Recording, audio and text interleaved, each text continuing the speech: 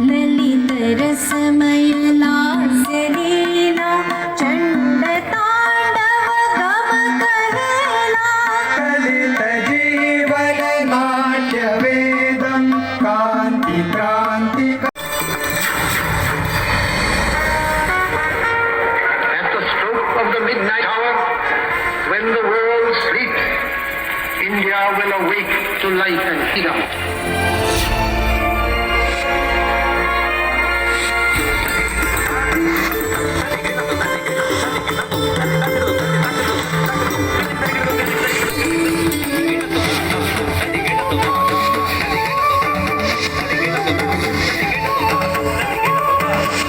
दादा साहिब फाल्के और नटराज मुदलियार, दादा साहब दोले, सुधीर फड़के, ज्योति प्रसाद अग्रवाला, हिमेन गुप्ता, केवी सुंदरन बर।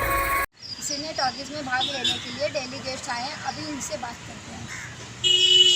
नमस्कार मित्रों, मैं आनंद कुमार गुप्ता हूँ छत्तीसगढ़ से।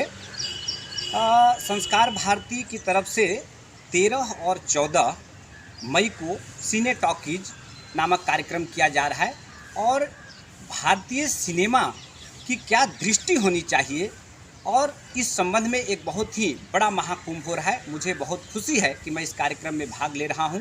पूरे देश के कई 100 लोग इस कार्यक्रम में भाग ले रहे हैं और भारतीय सिनेमा को शिखर तक पहुँचाने का यह बहुत ही अच्छा माध्यम है। चूँकि यह जो वर्ष है आज़ादी का अमृत महोत्सव के रूप में मनाया जा रहा है, तो हम सभी सिनेमा प्रेमियों को चाहिए कि हम देशभक्ति और ऐतिहासिक पृष्ठभूमि के साथ साथ सामाजिक मुद्दों पर जिसका जनता से सीधा सरोकार हो ऐसी फिल्मों का निर्माण करें। तो आइए चलते हैं।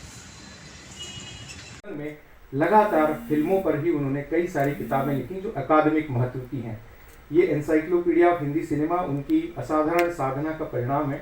श्री राम ताम्रकार जी हमारे बीच नहीं हैं, पर उनके योग्य सुपुत्र श्री समय ताम्रकार जी हमारे बीच हैं। मैं उन्हें आग्रह करता हूं कि वे भी मंच पर आए इस लोकार्पण के लिए।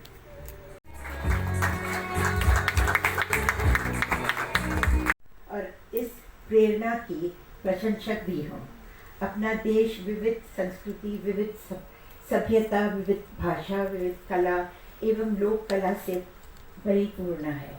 इन सब को आम आदमी तक पहुंचाने का काम संस्कार भारती कर रही है, परंतु सिनेमा टॉकीज के जरिए इसका यह कार्य बहुत सफल होगा, क्योंकि आम आदमी के मन पर, दिमाग पर सिने सृष्टि तुरंत छा जाती है। हमारे ज़माने में सिनेमा में मनोरंजन की ओर ज़्यादा ध्यान था। आने वाले समय में धीरे धीरे वैचारिक फिल्में बनने लगी। समाज जिन कठिनाइयों से झगड़ा हुआ था उनका हल हमारे सिनेमाओं के जरिए ढूंढा गया। इसी तरह हमारे देश के कोने कोने में जो विविध हस्त व्यवसाय, संगीत, गीत, नृत्य आदि भंडार है।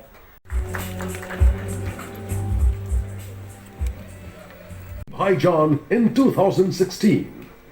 Please welcome Shri K.V. Vijendra Prasad ji. Shri K.V. Vijendra Prasad.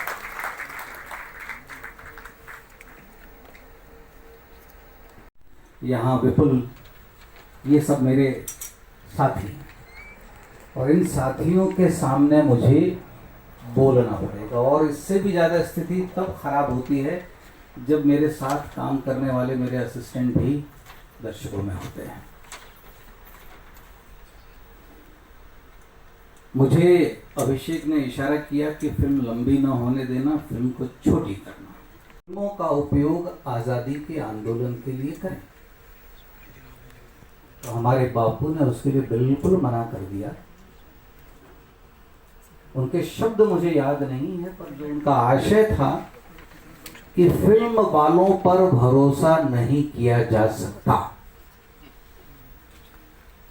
अभिषेक, ये हम फिल्म वालों का चरित्र है, ये हम लोगों ने हासिल किया है कि फिल्म वालों पर भरोसा नहीं किया जा सकता। और इस संदर्भ में ख्वाजा अहमद अब्बास ने एक लंबी चिट्ठी बापू को लिखी थी कि बापू जो सबसे सशक्त माध्यम हो सकता है उसकी आलोचना आपने क्यों की। मधुर जी, नीतीश जी, हमारे वामन केंद्रे जी, राजदत्ता जी और सबसे प्रमुख आदरणीय भाई साहब रामलाल जी, हमारे को दिखता क्यों नहीं है।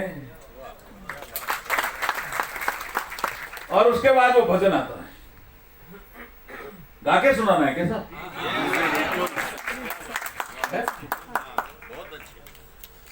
उसके बाद वो भजन आता है। उस भजन से विवेकानंद जी कहते हैं कि मैं पूरा ही चेंज हो गया। लिखते भी हैं। जगमोहन लाल मुंशी जो उनका राजा अजीत सिंह जी का मुंशी था, उसने भी बहुत वर्णन किया है। ओंकारनाथ सक्सेना जिसने राजस्थान के साथ स्वामी विवेकानंद के संस्मरण, उसमें भी इसका पूरा वर्णन है। और भजन क्या है? वो नर्तकी है, वो नाट्यशाला में काम करने वाली महिला है। उसके बारे में हे दृष्टि समाज उस समय देखता था, आज भी देखता, जिसकी पीड़ा हमारे डॉक्टर साहब प्रकट कर रहे थे। ये पीड़ा ही तो है। तो वो खड़ी होती है, जो भी उसमें रूप आया होगा, ईश्वर का जो भी अंश आया होगा, वो मानती नहीं है और वो खड़ी होती है, बोलती है, चैलेंज करती है। स्वामी जी पीछे मुड़ के देखते हैं। मैं वो सीढ़ियां देख के आया हूं, 3-4 सीढ़ियां चढ़ जाते हैं ऊपर, साधना कक्ष में दारे होते हैं। पीछे मुड़ते हैं कि ये कौन आवाज दे रहा है, ऐसी आवाज कौन दे रहा है? ओ प्रभु मेरे अवगुण चित ना धरो। क्यों? एक लोहा पूजा में राखत, एक घर बधी की परो। हो प्रभु जी एक घर बधी की परो।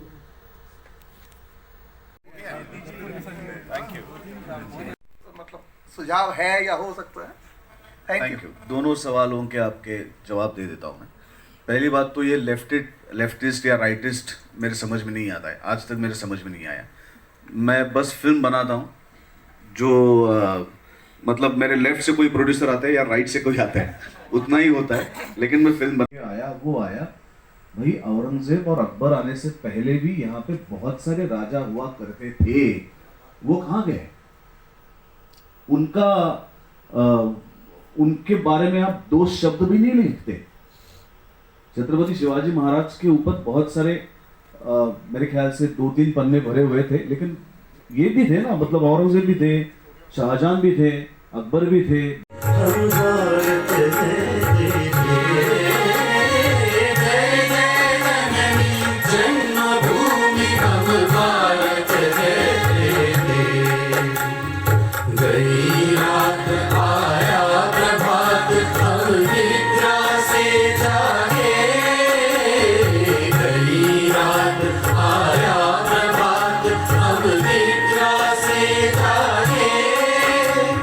जय जय जननी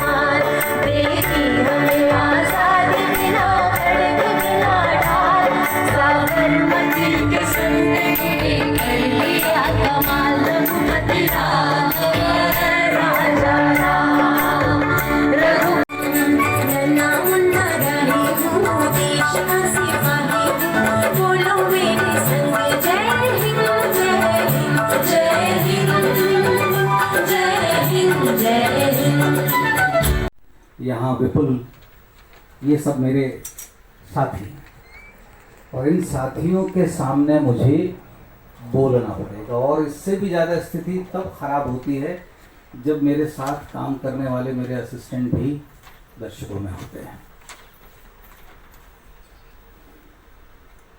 मुझे अभिषेक ने इशारा किया कि फिल्म लंबी ना होने देना, फिल्म को छोटी करना।